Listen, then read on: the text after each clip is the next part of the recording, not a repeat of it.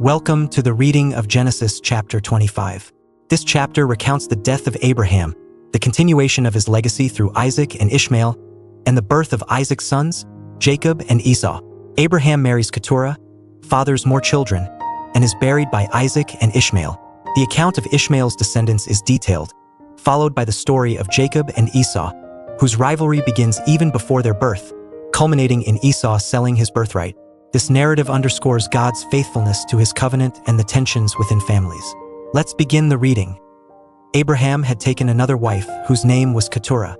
She bore him Zimran, Jokshan, Medan, Midian, Ishbak, and Shua. Jokshan was the father of Sheba and Dedan. The descendants of Dedan were the Asherites, the Letushites, and the Lumites. The sons of Midian were Ephah, Epher, Hanok, Abida, and Eldah. All these were descendants of Keturah. Abraham left everything he owned to Isaac. But while he was still living, he gave gifts to the sons of his concubines and sent them away from his son Isaac to the land of the east. Abraham lived 175 years. Then Abraham breathed his last and died at a good old age, an old man and full of years, and he was gathered to his people. His sons Isaac and Ishmael buried him in the cave of Machpelah near Mamre, in the field of Ephron son of Zohar the Hittite, the field Abraham had bought from the Hittites. There Abraham was buried with his wife Sarah.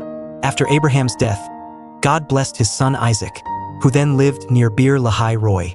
This is the account of the family line of Abraham's son Ishmael, whom Sarah's slave, Hagar the Egyptian, bore to Abraham. These are the names of the sons of Ishmael, listed in the order of their birth.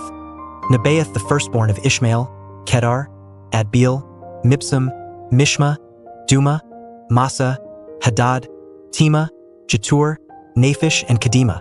These were the sons of Ishmael, and these are the names of the 12 tribal rulers according to their settlements and camps. Ishmael lived 137 years.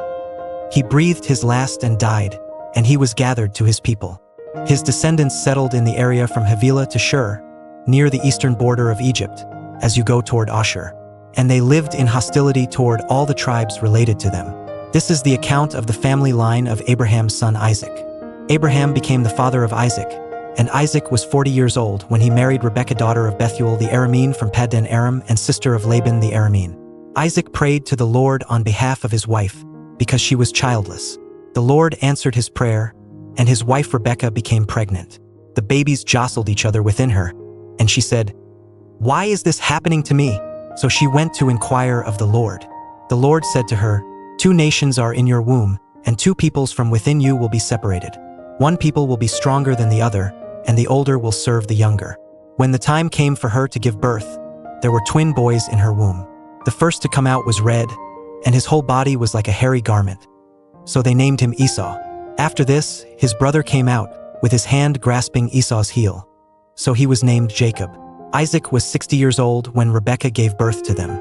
The boys grew up, and Esau became a skillful hunter, a man of the open country, while Jacob was content to stay at home among the tents. Isaac, who had a taste for wild game, loved Esau, but Rebekah loved Jacob.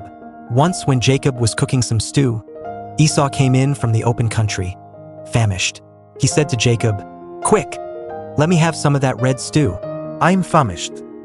That is why he was also called Edom. Jacob replied, "First sell me your birthright." "Look, I am about to die," Esau said. "What good is the birthright to me?" But Jacob said, "Swear to me first." So he swore an oath to him, selling his birthright to Jacob. Then Jacob gave Esau some bread and some lentil stew. He ate and drank, and then got up and left. So Esau despised his birthright. That was the reading of Genesis chapter 25. Through Abraham's death, Ishmael's legacy, and the birth of Jacob and Esau, we see God's covenant unfolding amidst human complexities. May we trust in his plan despite challenges. See you in the next chapter. God bless you.